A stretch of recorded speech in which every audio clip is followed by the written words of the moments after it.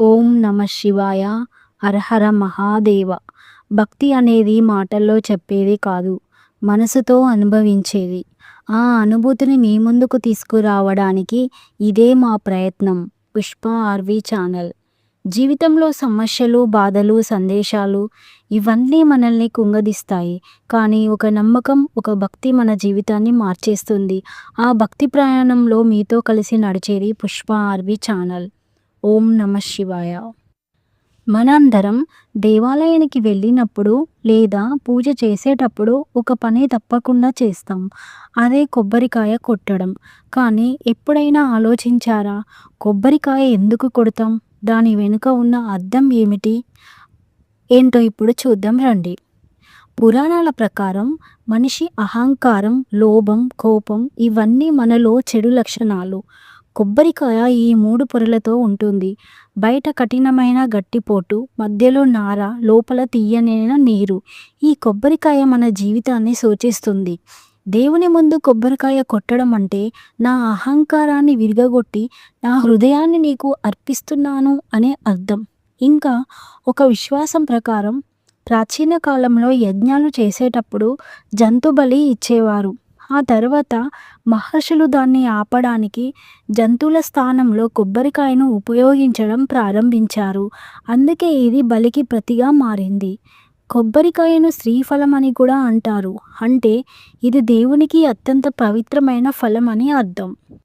అయితే పురాణాల ప్రకారం ఇంకో విధంగా కూడా చెప్తారు.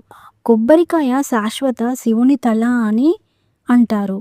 ఒకసారి శివుడు రాక్షసులతో యుద్ధం చేస్తున్నప్పుడు ఎప్పుడూ లేని విధంగా యజ్ఞాలు ఎదురవుతున్నాయి. అప్పుడు బ్రహ్మదేవుడు ప్రత్యక్షమై ఈ యజ్ఞాలు తొలగాలి అంటే వినాయకుడిని ఆరాధించాలి అని సూచిస్తాడు. అప్పుడు శివుడు పూజకు అన్నీ సిద్ధం చేస్తుండగా స్వయంగా వినాయకుడు వచ్చి శివుని ముందు కూర్చుంటాడు.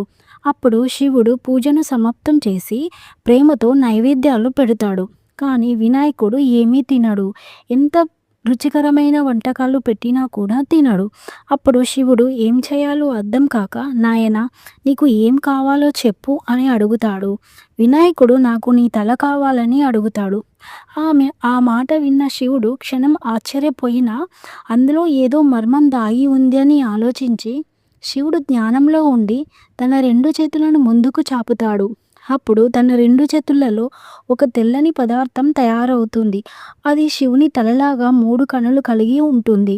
శివుని జటాలలో ఉన్న గంగా జలం అందులోనికి ప్రవేశిస్తుంది.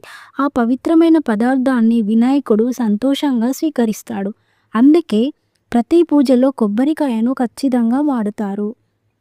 కాబట్టి మనం కొబ్బరికాయ కొట్టేటప్పుడు కేవలం ఒక సాంప్రదాయం కాదు, మన మనసులోని అహంకారాన్ని విడిచిపెట్టి భక్తితో దేవునికి సమర్పిస్తున్నామని అర్థం. ఇప్పటి నుంచి మన అందరం కొబ్బరికాయ కొట్టేటప్పుడు దాని వెనుక ఉన్న ఈ గొప్ప అర్థాన్ని గుర్తుంచుకుందాం. ఓం నమ శివాయ. శివుని మహిమ, భక్తి కథలు, ఆధ్యాత్మిక రహస్యాలు మీకోసం తీసుకొస్తున్నాము ఈ పుష్ప ఆర్వి ఛానల్లో. నచ్చితే ఒక లైక్ చేయండి, కామెంట్ చేయండి. మరిన్ని అప్డేట్ కోసం పక్కనే ఉన్న బెల్ ఐకాన్ని ప్రెస్ చేయండి. ఓం నమ శివాయ. హరహర మహాదేవ.